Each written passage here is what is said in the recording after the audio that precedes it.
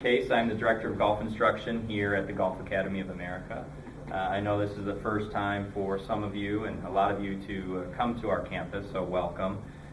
For those of you who aren't familiar with what the Golf Academy does, basically we're a 2-year golf college where students will come, they learn, sit in the same seats that you're sitting in, and learn all different types of golf curriculum, and then we place them out into the golf industry. And so a lot of our students go on to be PGA members. We have a couple of graduates that are on our staff that have become PGA members, a couple of people in the audience who are past graduates. It's a great opportunity for people to get a good education within the golf industry before actually venturing out. So, I have the opportunity to spend a lot of time with Todd and over the last 3 years have been able to develop a relationship with him and really learn a lot from him. And the stuff he's going to talk about today is outstanding. It's really helped me understand putting and the fundamentals of putting and short game a whole lot better. For those of you who don't know Todd very well, he's a top 50 golf instructor, works with LPGA, PGA professionals.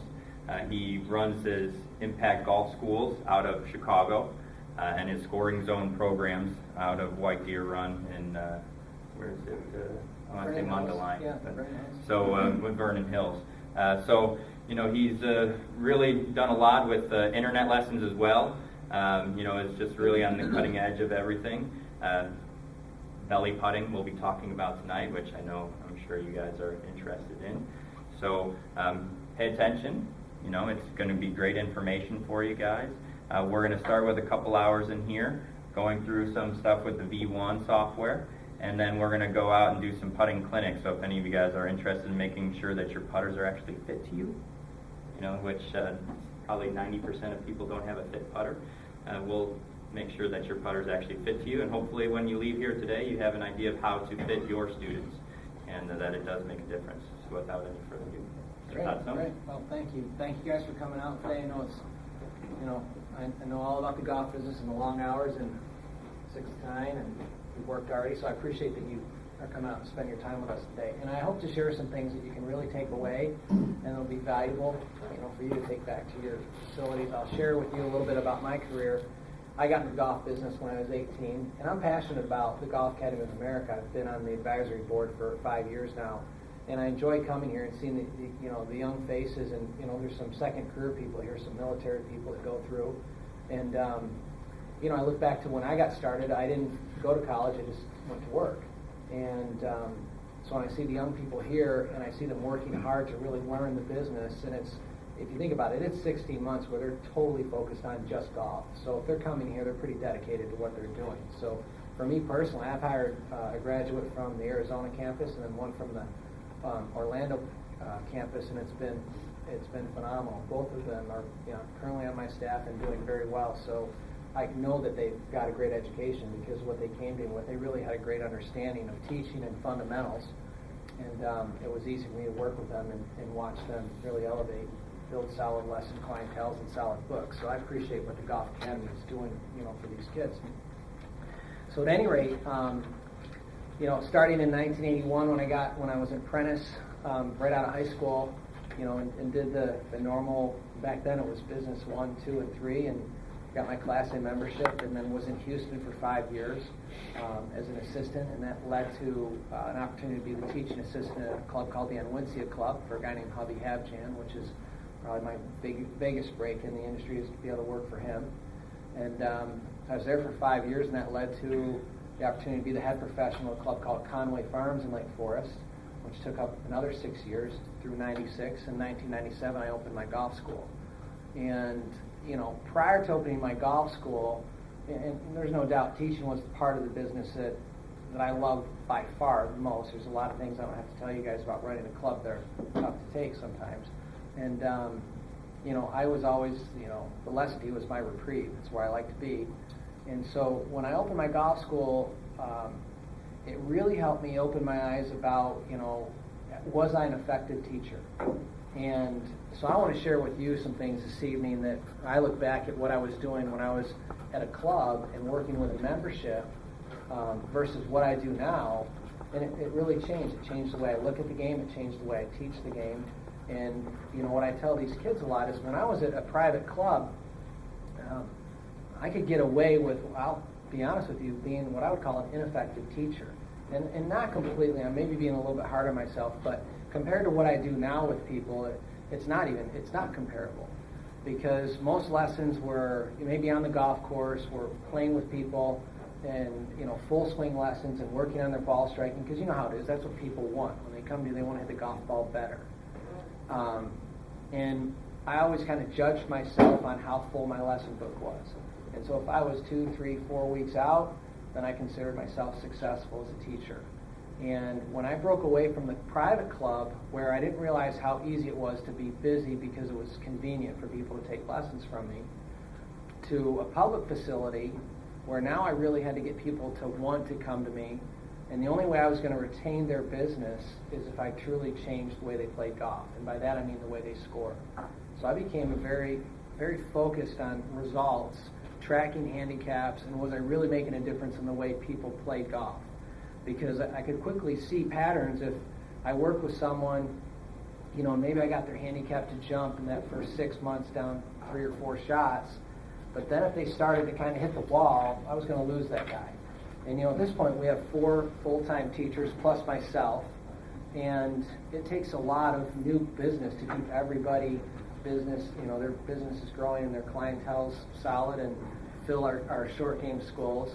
And the bottom line is, we have to be effective for that to happen. And if you're effective in a regional business, golf schools there's destination schools, there's regional schools. And destination schools are really struggling in this day and age. And I think very simply it's because instruction has got a lot better locally. Where it used to be the perception that if I'm going to get really good instruction, I got to get on a plane and go somewhere. And, what I see in the PGA of America is that there's really, like in Chicago, I think there's 73 A6 professionals now, and 10 years ago, I think there was a dozen. So there's just a lot more people that are really out there focusing on teaching, and so people don't have to go away to get golf instruction. They don't have the mindset they do.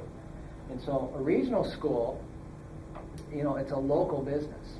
And so word of mouth is crucial. I had a scoring zone program at the World Golf Village at the PGA Tour Academy, which was a destination school, which is a 3-day program. People would fly in and go to that. And you spend a lot of money in marketing for a school like that, and your return referral business is maybe 10, 15%. At our school, our return referral business is 75%. And so, the way it builds, bottom line is it's word of mouth. And so if you're getting results and people are coming to your program and they're truly getting better, then your business is going to grow. If they come to your program and they're not getting better, then you're in trouble, because word of mouth can go 2 ways. And so what I really learned maybe 2 years after opening the golf school is that, and like Steve said, I videotape everything. I've always been a kind of a videotape guy, not so much for me, but for the student. Because how it is when you change someone and they think they're doing something and they think that you're taking their posture from here and you put them to here, and they think that you've got them, like you show them and they're like, okay, it doesn't look nearly as drastic as it feels. So that's why I'm a videotape person, because I think it's a great communicative tool to the student. Well, at this point, we have the server from V1, and we upload basically for every lesson a 3 to 4 minute wrap up that we post online. And I like that also because, I always keep everything documented where I have a before and an after. So I always have an original golf swing when I start with a student. I always keep that so we can always go back to where they were if they ever kind of forget how far they've come. So at any rate, 2 years into it, too many comments of, it was clear that the swing was better. I mean, it physically was. They're striking the golf ball better, and too many people would be like, I'm hitting the ball better, but I'm really not playing that much better. Or my handicaps come down a little bit, but not like I think it should for the amount of time, at least in my opinion, for the amount of time and money they've spent with me, how much have I really changed the way they play golf? And so the epiphany that I looked at and started to recognize is, when you break down the score, and we talk about it, but I wasn't doing enough about it, right? 40% of their score is based on what they're going to do when they're on the green, how well they putt, how well they really will get the ball in the hole. And then some of that and what they do on the green is based on what they do around the green. So So another 30% of their score is going to be based on from the edge of the green to 50 yards out. So the mistake that I was making as a teacher, I was spending 90% of my time working on 30% of someone's game.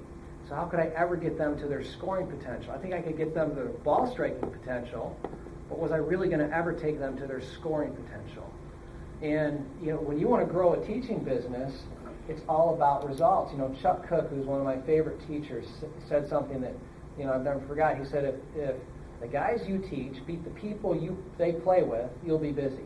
And it doesn't matter if it's the tour or the junior level or club, it doesn't matter. Whoever they play with, if they start beating that person, and especially if they haven't in the past, you're going to be busy. They're going to seek out the instructor that helped that person get results.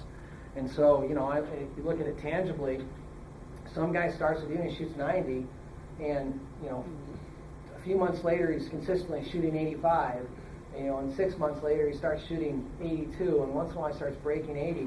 Well, he's playing with 3 to 6 people. Most people have 3 to 6 playing partners that they play with. Well, everybody that he plays with is seeing him drop his handicap, and if they were beating him in the past, they don't like it. If they're driving the ball further, they were making more putts, and then all of a sudden it switches. And that's simply how you grow your business, and so that's how I look at things. I'm very, very result oriented. If you're working with me and I'm not changing your score, well, then I got to figure out what my problem is. All right. So that 2 years into it, that's when I switched everything, and I made the goal that I was going to become a holistic teacher. I barely gave a putting lesson until 10 years ago. And so I've been in the golf business 30 years, and so the first 20, I didn't do what I'm about to tell you that I do now. So now I'm very, very focused on helping people with their putting, and I'm very focused on helping them with their short shots around the green. And so I'm just going to share with you, what I've learned in the last 10 years is I've made that a major part of my career, and built those programs into our school. And I can tell you, I was on the phone with Don, I can't pronounce his last name, but he's the editor for PJ Magazine this morning. He's doing a short game piece for, I think, November. And I told him that, of our school offerings, the first thing that sells out every year, and we're fortunate, we have a scoring zone program where we take 10 people, and I have 4 teachers, including myself, that teach it, so we do a 2.5 to 1 ratio. We charge $4.95 for the day. It's 8:30 to 3:30. They have lunch in the middle, and it's the first school we sell out, and we sell it out every year. And we do three a month, so it's 30 people. And I've done it for 10 years now, and it's the first thing to sell out. When people tell me that some people don't want to take short game, I'm like, it's the first thing that we sell out. And we sell it faster than we sell our full swing menus at this point. So whether Don and I were talking about, has the perception changed? Have people started to recognize? Because there's a lot more marketing in the short game now. And there's, the Stan Utleys and obviously Dave Pell's, Mike Shannon. There's so many people out there that really have written so much about the short game. I think people have recognized that I need to work at it if I'm going to get better. But you just have to offer good programs, and I believe they'll come to you. So, at any rate, I'm going to start with putting tonight, and then we're going to work into my scoring zone program. But putting, my goal in teaching putting is to try to leave the player, as thought-free as possible when the putter's moving. So I don't want to have someone over the putter thinking about path and face and too mechanical, because you guys know how it is. When you putt well, what do you think about? Target. Right. You don't think about much. There's the hold, and I'm rolling it in, and you're trusting your stroke. It's when you start to miss putts, your mind goes into the analytical mode. What's wrong? And then you start thinking mechanically, and then everything starts really usually going haywire at that point. When you're working with tour players, it's the same thing. If you work with a tour player, and you make them very conscious of, well, your path is outside, and I want you to bring it inside, and you kind of leave them what I'll call just mechanically oriented, they're not going to perform well as soon as the pressure is on top of the player. So what I do, the way I look at a player, and we'll do this, whoever wants to stay, and we'll do some putting lessons, the first thing I do is I look at the putter head, and it's taken me a while to figure this out. The last thing I want to do is look at the player first. Because, you look at a player, and right away you're going to see stuff you don't like. Maybe you do like, but you see something you don't like, and so you right away have a disposition, I want to change that. And, I try to only make changes based on what I see the putter head doing. We had a young player today who looked like Robert Garrigus. I mean, he was tilted, and his putter was like, I don't know, 25 inches. And the guy flat the putter on the ball perfectly. He rolled it really, and he's a good player. And he's like, I'm like, what, to be honest with you, if you putted poorly, I know exactly what I'd change. But I don't really want to change this because I like what the putter head's doing in relation to the golf ball. I look at three things when I look at the putter head. I look at the path in relation to the target, their intended start line. I look at the face. Obviously, face is much more important than the path. As far as I'm concerned, face override. The ball's going where the face points. And then I go to the front of the player and I look at the angle in relation to the ground and their contact point. Are they striking down on it? Are they striking up on it too much? How solid is their head? So I look at those three things. Now, once I've analyzed that, then I stand back and look at the player and I try to determine in their setup what's influencing the natural movement of the putter head. Because I believe that natural beats unnatural under pressure. You can give a player a lesson where they're set up and the putter wants to go outside, and you can make them, do drills and putt on a putting arc and putt between tees where you're forcing the putter to go inside, but that's not their natural movement of the putter head. And the minute you put them under the gun, where they have to perform, all right, and they look at that hole and they stop, they don't have time now to think about making the putter head go where you want it to go, then it's going to revert back to what it's natural beats unnatural under pressure. So my goal to look at a player is to stand back and look at the player and go, okay, what in their setup is influencing what I don't want to happen in their stroke? And so if you get the setup to match what you want the mechanics to match, then you're going to be much more effective when they go out and they play. And so I'm going to go through 6 major points, and I highlighted them for you in this my first Word document. So anyway, I highlighted here. I'm going to start with Steve Jones. Steve is a player I've spent a lot of time with. And he's been really... You don't have a front-back option here, Todd, sorry. Yeah. All right. No. How well can you guys see that? Yeah, you can turn them both off. Yeah. Turn what? Turn them both off. Yeah. Okay. All right, so, Steve hasn't played now for, he played a little bit this year. But he really hurt his right shoulder. It's been 3 years now. Torn labrum and elbow, and it was just a mess. But anyway, I worked with Steve for over a decade. And, he won a U.S. Open. He's won 8 times on the PGA Tour, including the Open. And this is interesting. This I took at Colonial, and this I took when we were working at TPC near his house in Scottsdale. And I start with this because, no matter who you teach or who you give putting lessons to, they have the perception a lot, and you have to teach them this. They have the perception that if I take a putting lesson, I took a putting lesson, I should be better, right? And that's like saying, well, if I take a golf lesson, I should be better, right? It takes time and repetition to get someone to really change a habit, and they'll fall back into their old positions. This is, this I took well after I took this. And this was always our goal, to get Steve in that setup position. Sometimes he would call me up and he'd say, I'm fighting the putter, it wants to go outside. Now, I've never seen Steve take the putter outside in my life.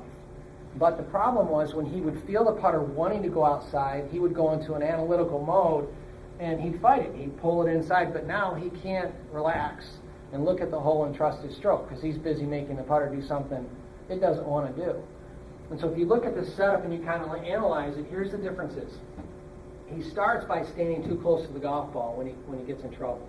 So he crowds the golf ball, and because he crowds it, he doesn't really have room, so immediately he just pushes his hips backward, and as his hips go backward, his weight gets heavy into his heels, and that lowers his hands. And so if you look at the 3 main things here, he's closer to it, his hips are back behind his heels, his hands are low, and that creates an angle between the shaft and the putter. And so when he says, I'm fighting my stroke because it wants to go outside, well, that's why. His weight's on his heels, his hands are low, and so now the putter wants to go outside, so now he's going to fight it mentally. And then if you look at this setup, he's probably 3 inches further from the ball here. His hip joint is further forward, so it's more over his heels. And the shaft is in alignment with his forearms. And so from that position, it's a lot easier, for the putter head just to go back in the right place. So I'm going to start with the first fundamental, and it would be that I want to see the shaft line up with the forearms versus an angle to the forearms. Let's go to Tiger. So I call it one lever or one plane putting. It has nothing to do with one plane golf swings. One lever, one plane putting means that the shaft is on the same plane as the forearms. And what I always tell people when I'm doing a school is that there's two grips in golf. There's a grip for leverage and there's a grip for non-leverage. So if you're swinging the golf club and you need leverage, and everybody does, when the club goes back, right, the key to that lever is downward force on the top of the grip. So in the leverage grip, I'm going to teach people that they need to make sure that as the grip runs diagonally through the fingers, that the heel pad of the palm is on top, so that at some point in the golf swing, people said it at different times, but at some point in the golf swing, right, they can put downward pressure on the grip and lever the club up and create that lever. So if you can create a lever by putting your palm on top, what can you do if you want to get rid of the lever? What would you do? Put your palm to the side, right? And this has to be taught to people. Most people don't, if they haven't been taught it, they don't understand it. If there's a different grip in putting than in the golf swing because it's a different function. So I want the grip to go diagonally through the palm. And if you look at Tiger, he's low in the palm. The butt of his golf club kind of runs up the inside edge of the forearm. And then if you look at Steve Stricker, he's up in the lifeline where the butt of his club's really going through the middle of his forearm. So, it's not like there's this perfect place as far as I'm concerned. There's a window of acceptance. And as long as someone's kind of in that zone, that's what I'm looking for. And I also want both palms to the side of the grip. Sometimes you'll see players, we had a number of players today, Steve and I gave probably 25 putting lessons to the kids today, and we saw a left palm, and a lot of people had the club in their right fingers, because they've been taught to put their thumbs down in front of the grip. Well, if they do that improperly, right, now if they're left palm, right fingers, the right palm is higher than the left, so the forearms aren't going to match up, and it's going to look like their shoulders are open. So a grip that I teach a lot of players is a reverse overlap, where the palm is actually, that might not finish well, where the palm of the right hand sets back behind the fingers of the left. So when you look at the player from here, the forearms match up, versus looking like that, right? In the thumb, I'll let the thumb come to the side kind of at an angle, because I basically want the right hand behind the left, putting force against the left. I'll show people sometimes that if you get set up and you tilt, and the force of your right palm is square to the left palm, then everything will stay in line. If you're like this, there's an angle there, and it's going to cut across it. So I want both palms to the side of the grip, and there's players that have all four fingers on the grip of the right hand, and the palm just feels naturally better right there. And there's players that they overlap one pinky, right? And so they have 6 fingers on the grip, so it looks like this if you open the hands up. Back 3 of the left, front 3 of the right, pinkies overlap, 4 fingers overlap, and the knuckle of the left hand is in the middle of the right palm. And then what feels most comfortable to me is actually a 5-finger grip, right, which is what Furyk does, or what he did when he putted conventionally, and it's what he does in the golf swing. But I overlap 2 fingers, and that's just where my palm fits, right where I think it belongs, and that's the most comfortable grip for me. But what I'm looking for, again, is the forearms line up to each other so that the forearms aren't across from each other. Okay, so there's the grip. And the second point of getting the shaft to line up with the forearms is inward rotation of the elbows. So if someone grips it through the palm, but their elbows are rotated out, that's going to create an angle in the wrist and disconnection of the elbows. And I don't really look at this as far as right and wrong. I look at it as far as simple and complex. And so, you look at Jim Furyk's golf swing, would you call it simple or complex? Right? Simple or complex? Complex, very complex golf swing, right? If you taught that golf swing, how successful would you be? Right? Not very, because it's a very complex movement. And so, but if you look at Jim Furyk, he obviously is very fit, he works out very hard, he practices very hard, he knows his golf swing, and there's things I analyze about his golf swing that I really like. The control he has over the club face is amazing. But the bottom line is, it's a complex golf swing. And has anybody ever heard the cat and dog theory about people? You have, right? So you take a dog, right, and you throw the dog in the air, and how does the dog land? right? We don't know, right? However, but if you threw a cat in the air, how would it land? It would figure out how to land on its feet. And so highly coordinated tour players that practice a lot can figure out how to land on their feet, even if they're in funny positions in the backswing. But the people we teach, they're not that highly coordinated, at least the people I teach. I'm certainly not that highly coordinated. And they don't practice enough. And so to me, I've got to make it as simple as possible. And my point is, it's easier for people to swing a putter in one plane than in an angle where basically the putters can get away from them, right? If there's an angle from the forearms and shaft, then there's a lever during the putting stroke. And the bottom line is I'm looking for stability. Because if I create a grip in a position with the elbows where I've created stability between the forearms and shaft, well, then I can get them to relax their hands.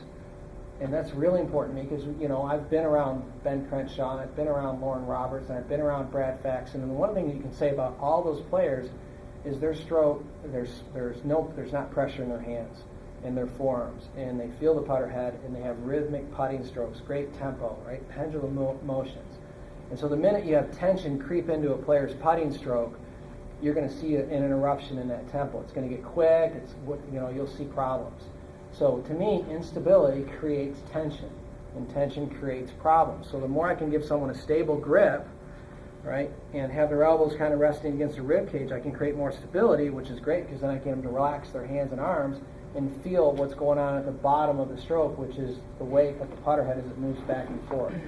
So I'm probably pretty structured as it goes in the setup, but then once the putter swings, a much more of a feel. I want you to feel the putter head. I want, no pressure, much more of a feel feature in putting, if that makes sense to you. So there's the first point.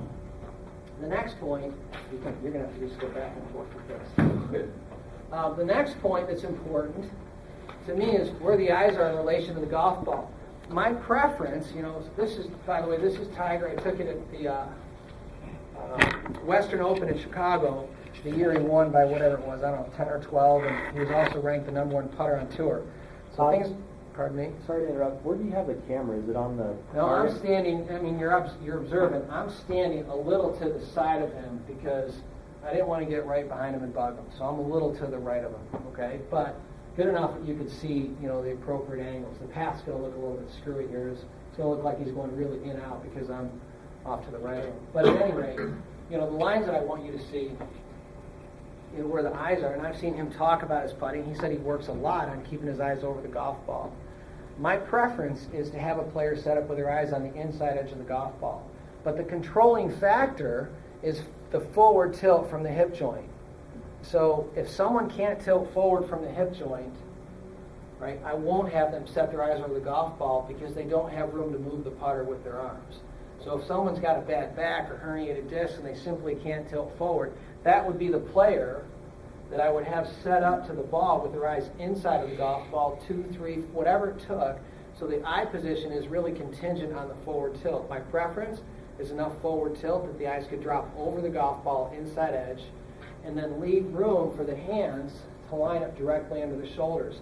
I have a phrase that I like to tell people: golf is easier to play under your body than around your body.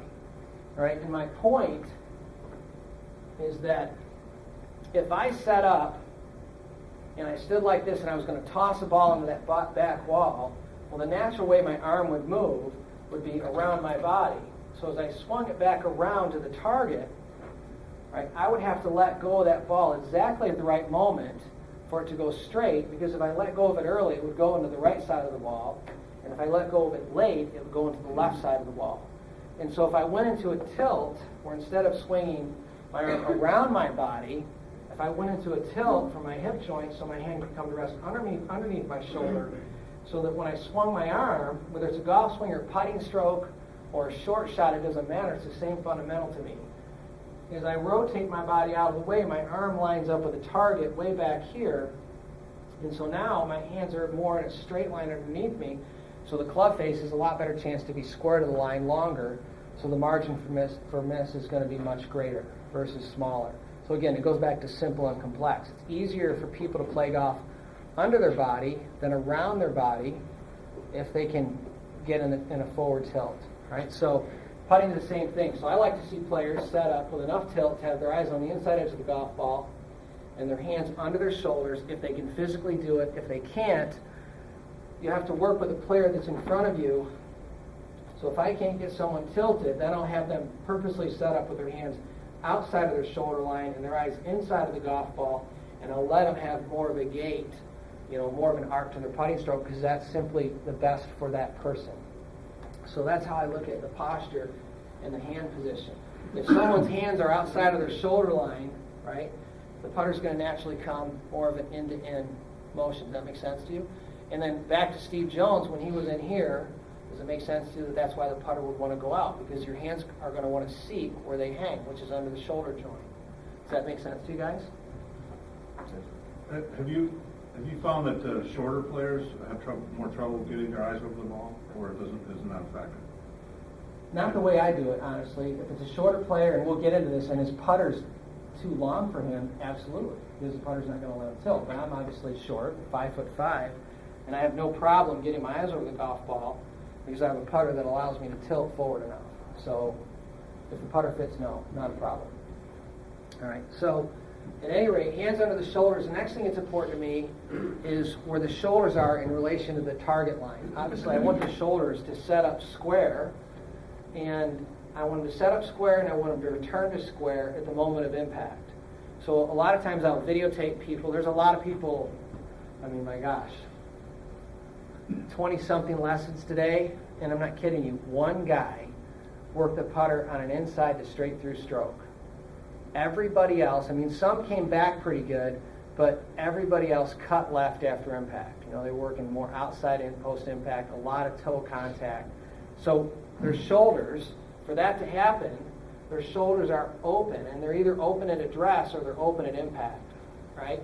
Or if they set up, and so what a lot of times I'll do is I always stand back from the player looking at the target backwards, because that's your best view of that. You won't see it that clearly from down target line. You'll see it if you go to the other side. You may see the right forearm at this point, that may be in their grip, or maybe in their shoulders. A lot of people walk into a putt open because we're human beings and we're built to walk straight ahead, aim straight ahead, bilateral. So, even when I set into a putt, I initially set up open because I feel like I see my line. I look for my start line, a 6-inch line in front of the golf ball. So I look for that, and I just feel like I see it better if I'm a little open to it. But then I make the point of making sure that I turn my shoulder to square. Feet to me are a preference. I don't really care where wherever they're comfortable with their feet is okay with me if their shoulders are square. There's players on tour that have closed stances. There's players on tour that have square. Players on tour that have open stances. So to me, shoulders are a fundamental, feet are a preference. Width of stance is also a preference. You have Padraig Harrington and Kenny Perry with wide stances. You have Jonathan, Bird with a very narrow stance. So it just depends where the player is more comfortable as far as I'm concerned about the width of their stance. All right, so shoulders square. And the last thing about the hands that's important is I want the hands to come to rest at the right distance from the ground after you've got a player tilted. So what I mean by that is if I tilt the player forward from the hip joint, if the hands come to rest at the right place, there's a connection with the elbows to the rib cage. So if you have a player set up like this, and their arms are disconnected, the tendency in the stroke, there's too much room, there's no connection there, so the arms can float. There's a lot of opportunity in, out, just inconsistency of movement. Usually that leads to tension, right? They're losing control, instability leads to tension, and that usually leads to a stroke where they start looking like they're going to tip. They had to go forward, and then the reverse had to go backward, and they have a lot of kind of teeter-totter to their stroke where putter's going up in the air, it's coming down, and then it's going back up in the air really quickly. There's not enough of a flat spot at the bottom, and so there's not enough margin for error in that. So that's when the hands are too low. If you have a player with the hands are too high, this is fine, it's left-handed, but it doesn't matter. So you have a player that's their hands are too high, they're in a proper tilt, but they're too far from the ground, then the elbows get trapped. This is really common. You see a lot of players that kind of look like this. They get jammed up with their elbows behind their body. What type of stroke we usually see a player develop that looks like this? Exactly, right? What's your name? Mark. So Mark's right. They'll develop really flippy putting strokes, right? And then they're playing with their friend, like, you're using your wrist too much, or they read a magazine article, you can't use your wrist. So the first thing you do is they tighten up so they don't use their wrist. Or maybe they go claw, or maybe they go left hand low, but they're doing something, or put a big fat grip on the putter because they don't want to use their wrist. But if they're jammed, they're still jammed, right? So the next option, if the right arm's stuck, is you'll see the right shoulder come around because they're trying to clear the right arm, right? And then the third option, if the right arm's stuck, they're not going to flip it, they're not going to come over it, is they'll hang back to swing the club forward. And so if you think about the impact condition we just described, and you hear good players all the time say, oh, I was getting stuck. Even Tiger talks about us getting stuck. And so how would you define getting stuck? What's physically getting stuck? Right arm. Right, your right arm is getting stuck behind your body. And it doesn't matter whether it's a golf swing or it's a short shot. A lot of people get stuck in their short shots. This gets trapped, right, and the club keeps going forward, and they'll flip it at that point, or they'll come over it, right, or they'll hang back, or they'll do all three. I mean, how many amateurs are playing golf like this, right? They're over the top, they're hanging back, and they're flipping it, right, because at some point in time, their trail arm got trapped behind their body for whatever reason. So in putting, when you see a player like this, and their hands are too high, and they're in a proper tilt, their arm is trapped behind their body, and so then you'll get the flip, all right? So at our short game school, when we're doing putting, when I'm doing a presentation, I use a phrase called rotate, tuck, and tilt. I like phrases that people will remember, right? So they walk away with something. So stand up, and I'm going to have you do this. I'm going to show you how we do this. So everybody stand up.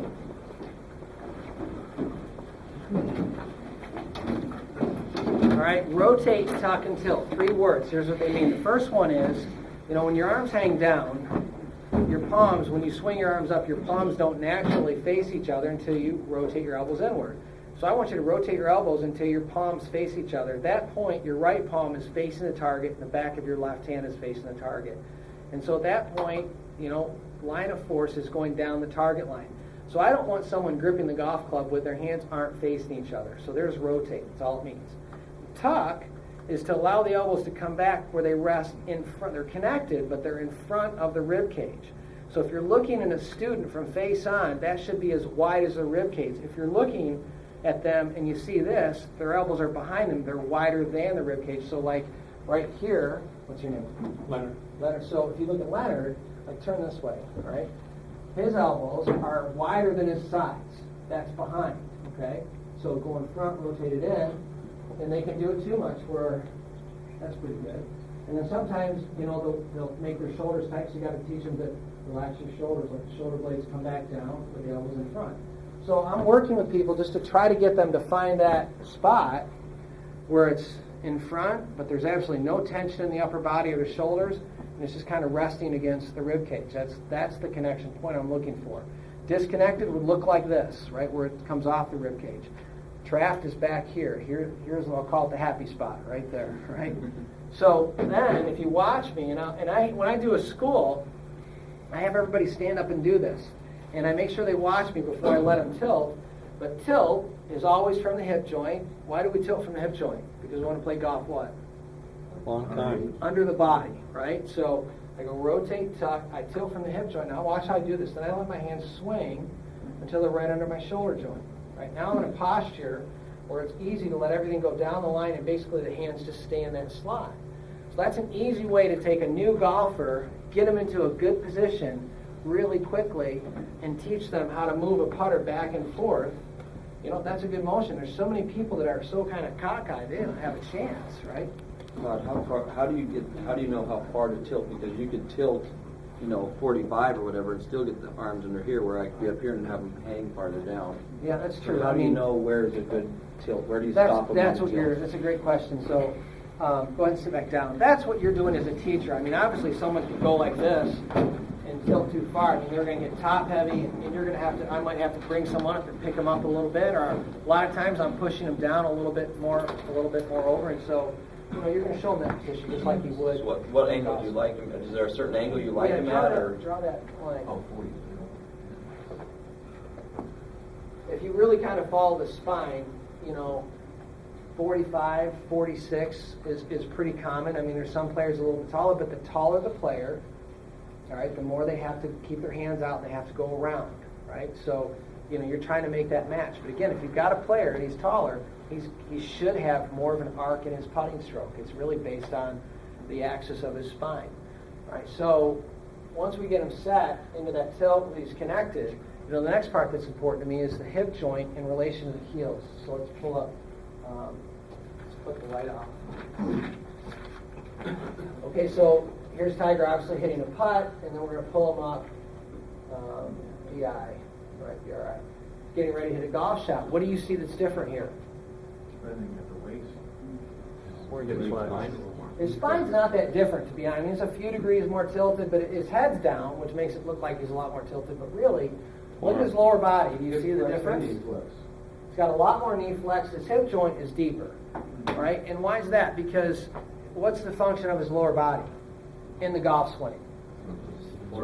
Support is his upper body from the waist up is going to do the majority of the work, right? So his hip joint goes back, his knees come forward, so his lower body's set in flexion, so that as he rotates back, I mean, his weight-bearing joints are underneath, they're stacked, right? So he's got to rotate to create power, and in the downswing, right, as he loads up and then he unloads, right, that's going to fire his arms out to his target if he clears. If he doesn't, we know what happens, right? We get the 60 or 70-yard block to the right. So if you're not rotating through, you get stuck. So in putting, can you afford to rotate through your putts? Not be a good putter, because then you're going to move your center too much. So that's why you see a difference in his structure, right? When he putts, there's less flexion in the knees. His hips are higher. What that's doing is moving his shoulder joint more forward, which is allowing him to stay connected and for everything to move under his body, so he doesn't have to have too much rotation to clear a flat path for his arms to swing. And this is interesting because a lot of even good players, they fall into the lower body position that they use to hit a golf ball with without even knowing it, because they get comfortable in a certain position. Why don't you pull up Paul Goidos?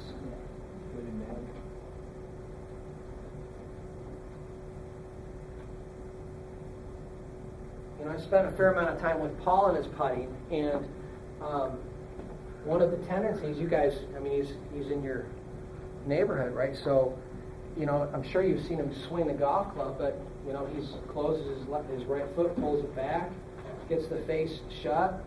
That's how he plays golf, right? And so when he gets in that position when he putts, the same thing happens to his putter. So swing the putter back here. So you can see the putter go up and tip, face is shut. Now watch him hit this putt. Right? It's a pretty drastic pull. Would you agree? Yeah. Right, so what's the reason for that? Well, his putter is a counterbalance to weight that's sitting back into his heels. He pulls that right foot back. He's kind of sitting back into his heel. And so the counterbalance is he'll swing the putter in an opposite direction.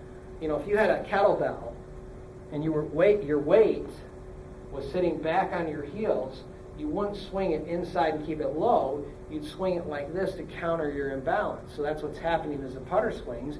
He's swinging it in a way that helps his imbalance. If you said, Paul, you're taking the putter, it's outside shut, I want you to keep the face, the loft on the face and get the putter more in. Well, he'd get further off balance. Does that make sense?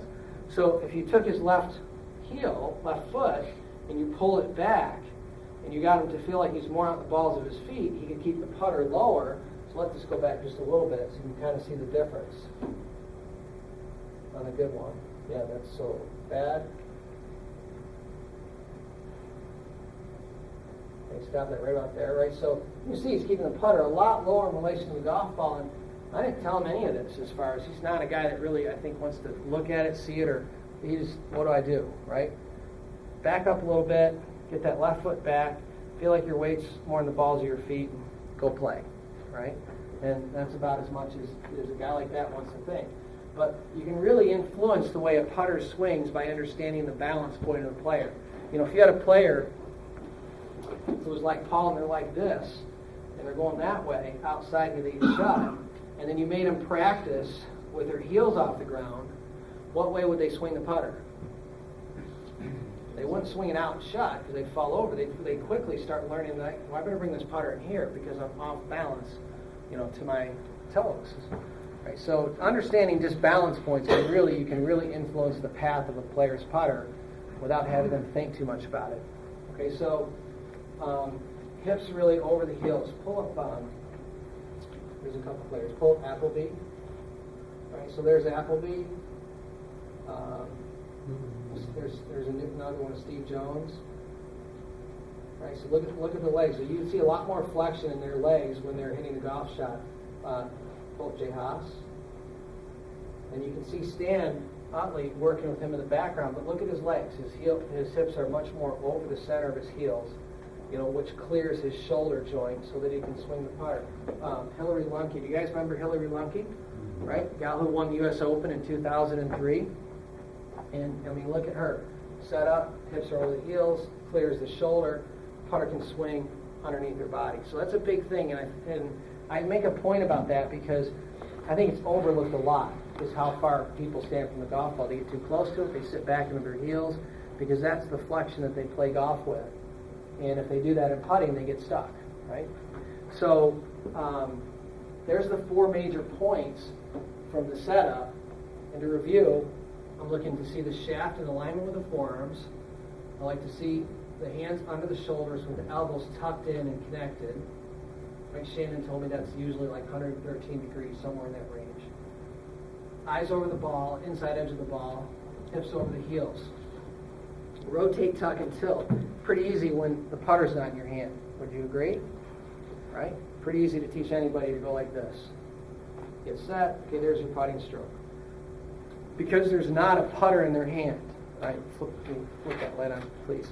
So, here's my opinion of how we're doing things. I don't think we're doing this the right way at this point. How do most people start putting? Right? You're going to start playing golf, and you're going to start putting. What are you going to do? What are you going to get? A putter, right? And where are you going to get it? Pardon me? You're going to get a putter from somewhere. You're going to buy a putter off the shelf, or someone's going to give you a putter, and I promise you, it's probably not going to be fit for you, unless you're way ahead of the game. And so if you start with a putter that doesn't fit you, you build a setup around the putter. And to me, it's backwards. Think about how much better people would be if even the PGA of America decide, okay, we're going to have a marketing initiative where we're going to basically start to market that every amateur ought to go out and be taught to set up properly and then be fitted for a putter, instead of get the putter and set up to the putter. I think it's backwards. So if we taught them to set up properly and then fit them to a putter, they'd be much better off. So they're building bad setups because putters don't fit them, and then they have bad putting strokes, which really starts with the putter. So if I take a putter that's, where's that long one? Oh, right here. If I take a putter that's too long and I try to rotate, tuck, and tilt, rotate, tuck, and tilt, right, it hits the ground way too early. As it hits the ground way too early, well, I have to stop tilting too soon. So now I really can't get my hands under my shoulders. Right now, my options are at this point, I can stand like this where my eyes might be, 5 or 6 inches inside of the golf ball if I was going to play with this putter. Or I could try to get over it, right? But at that point, now my elbows get jammed up behind me. So that's the player we talk about with high hands. There's a lot of short guys, women, that have 34, 35-inch putters that look just like that. They're stuck and they're trapped, and that's why they're, developing these type of putting strokes. And then if the putter's too short for a player, if I grip way down on this putter, you're going to see the arm stretch out, the forward tilt. The length of the putter controls three variables. It controls forward tilt, it controls connection, right, elbow connection, and the distance you stand from the golf ball. And so if the putter's the wrong length, if it's too long, you're going to see taller postures, trapped arms, and eyes inside of the ball. And if the putter's too short, you're going to see forward tilt, eyes past the golf ball, and arms extended. They have to do something to get to the golf ball, right? And that's going to develop what their natural putting stroke is going to look like. So how much easier would it be for people if, we just defined for every person, this is the length putter that's right for your body once you're in the right setup position, whatever it is. All right, so the way that I came up with to do that, if you can do that again, let's go to single swing, Steve. And this happened a couple years into my school.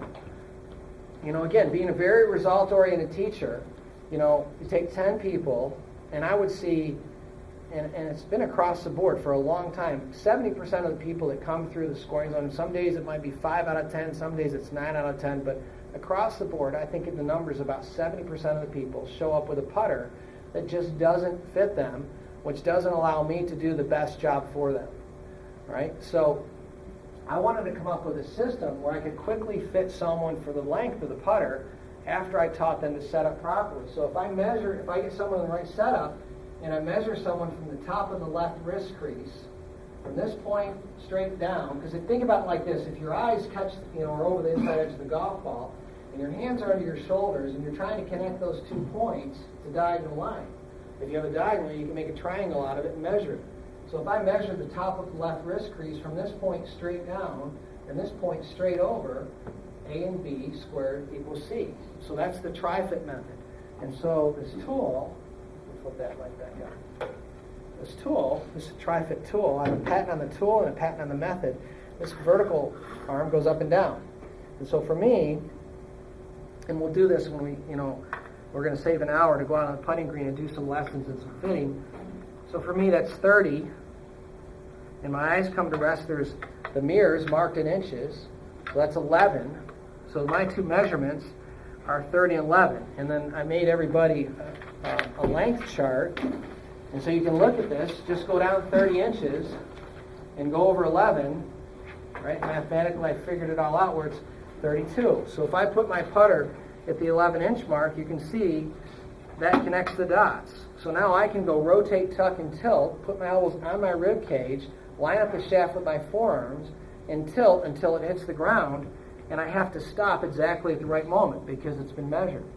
If it's too long, I'd have to stop too early. If it's too short, I have to keep bending over. So that way I can get people exactly in the right setup that I want them to get into and have them, hit all those points. So that's the tri-fit method and how that works. Now, 32 is what fits me. I'm 5'5". We've been doing, this for a lot of years now. I fit well over 1,000 people. Like we sell at our school, we sell just over 200 putters per summer. And so I have a lot of statistical information. Here's what I'm finding. 6'1" to 6'2" is where 35 fits pretty well, right? Michael, anybody here at the PJ Teaching Summit this year? Did anybody attend that? Michael Breed, you guys know Michael Breed, right? Golf Fix, Michael Breed. So he said that the average tour player in 1995 was 5'10" and wore a 9.5 size shoe. And today, the average tour player wears an 11.5 size shoe. I'm sure you're getting this information from FootJoy with his relationship with Titles. And they're using a 34 and change, is what he said, length putter. And then he said to the group, there's 1,000 professionals or whatever attended the summit this year. He said, you guys are all buying 35-inch putters and putting them on your shelves, which is interesting, right? So you got tour players at 6'1" using 34 and change. And what I'm finding is basically 6'1", 6'2", 35 fits pretty well. And it's contingent on the length of the arms and legs and torso. You take Dan Forsman and Steve Jones. If they're standing next to each other, Dan Forsman's belt is about 6 inches. They're the exact same height. They're both 6'4". But Dan Forsman's belt is about 6 inches higher than Steve Jones's belt because Dan Forsman is all legs and Steve Jones is all arms and torso. And so Dan Forsman has got a putter that's, at least when he played, I don't know what he's putting with now, but when I saw him, it was probably 36 inches, and Steve Jones's bullseye is 34 and a half. Well, Steve is 6'4" with incredibly long arms. So, the measurements I'm giving you would be in proportion to just if everything kind of matches the height. So what I really think is 6'2" is 35, 6 foot's closer to 34, 5'9" closer to 33. Luke Donald, Luke practiced at White Deer, where my school was. Pat Goss, who was his coach at Northwestern, was on our school staff for the 4 years while Luke was going through Northwestern, so he practiced out there all the time. Pat originally fit him to 32 3/4. That's still exactly what he putts with. He's 5'9.5".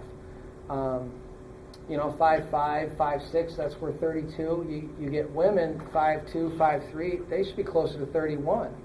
And yet we're kind of sticking to this standard. Does anybody know where the standard 35 came from? No, you do. It fit in a bag so you displayed approach. Perfect, right? Where'd you learn that? I researched it. People ask me questions, I'm giving them answers. It took me a while to find the answers. It's great. That's the bottom line. So back whenever it was when, clubs were mass produced, the interesting thing, working for Hubby was great because, that's where my eyes got open to custom fitting. Hubby made all his own golf clubs, Hubby Habjan custom golf clubs. So at Onwinsia, which is a great old golf club in Chicago, was built in 1895. I mean, when I was there, I went to work from when I was 22. You go in the bag room, and there were no Pings, and there were no Hogans, and there was all Hubby Habjan golf clubs. They all bought their clubs from him. That was part of his job, was to make clubs for the membership, which was pretty cool at that time. But at any rate, he didn't do much at putters. But what I think happened when manufacturers really started to mass produce golf equipment, they have to come up with a standard, because the standard, if they have a standard, they have less production, they have less inventory. Here's the standard. Everybody has to fit our standard, which is good for them and bad for the player. So if I sold a set of golf clubs, the sand wedge is 35.5 inches, the bag was 34.5 inches, and the putter fit right in between the two. That's why putters are 35 inches. Now, I think it's going to change because I think the tour is going to change it. I think people are finally realizing 35 is too long for players that aren't 6'2". All right. So bottom line is the length has to be right if you're going to get someone to a posture that we're talking about, and it should be measured, and they should have that experience. So we give all these lessons. We write down, and some people are fit fine. I basically fit everybody that goes through my school, so that they know your length is 34 3/4 or 35 or 33, whatever it is. I want them to know what it is, because even if they have the right length putter, I don't want them to one day go, should I have a 35 or should I have a 34? I want them to know exactly this is your specification, so it doesn't change. It's not really a variable for us. There's an exact length. So that's how we figured it out. Let's spend a little time on belly putting. What do you guys think about belly putting? I think it's absolutely fantastic as long as it stays legal. I do That's what I too. think about it. Good for you. The proof is What do you overwhelming. guys think? Who thinks it's cheating? Raise your hand. Right? Who likes it? Raise your hand. You don't have an opinion? I'm thinking about it, but I haven't made any I flip-flopped. I always say I'm a Democrat. I'm not a Democrat, by the way, but I'm flip-flopping here. So anyway, we won't get too political. But 4 weeks ago, I would have said it's cheating because it's anchored, and I just didn't think it was right. But I was just in Atlanta shooting a 5-page or 6-page, doing a feature article on belly putting for Golf Magazine, and I started thinking about it. Dustin Johnson got a belly putter. The TaylorMade was doing their photo shoot, so all the players, they're all getting belly putters. 7 of the players of the 30 at the Tour Championship were competing with belly putters. I was talking to Dave Phillips. He said Ben Crane just got a belly putter. So he went out with it for a half an hour. That's what Dave Phillips said. He went out with it for a half hour, and Dave's like, what are you doing? You're one of the best putters on tour. He goes, well, I'm going to become the best putter with a belly putter on tour. Right? That's what Ben Crane said. Brad Faxon just got a belly putter. So come January, it's going to be really interesting how many tour players are using belly putters, right? What Scotty Cameron uses himself to putt. Yeah, yeah, and he's been a big proponent of belly putters. Absolutely. Well, so 10 years ago when I did this tool, and fortunately in my patent, guess what I included, right? Yeah. So belly putting I like it because it's conventional putting exactly connected to the belly. And the interesting thing is the 4 major points that I went over: shaft through the forearms, eyes over the golf ball, hands under the shoulders, hips over the heels. Guess what you do when you belly putt? It's the same. So if I set up to this tool, right, and my eyes are right at the 11-inch mark, and I just extend this up, it's 7 inches. Right, so if 32 plus 7 is 39, belly putters have to be fit for it to work. And I mean, just a half an inch. I have a student who he just won the Tournament of Champions in Illinois. He's a very good, played in the Illinois or the USAM. He's a very good player. So he experimented with a belly putter a year ago that was 43 inches, and he could just never get quite right with it. And I never fit him to it. And so anyway, we went through this fitting process, and I fit him to 42 and a half. It was just a half an inch difference. But that was enough to make a difference of where it hit his body, his forward tilt, and then where his hands came to rest. and it made it comfortable, and so he put it in play and played great with it. So what I'm going to show you is, here's conventional. Get out here where hopefully you can see me. All right, so this is my conventional putter, and there's my setup, and here's belly putt. It's identical. And so if you're standing behind a player, you shouldn't be able to tell if they're belly putting or not, because the shaft is hidden right through the forearms. The posture is the same. All the key 4 points are exactly the same if the putter's been measured and it hits the player in the right place where the hands can sit under the shoulder.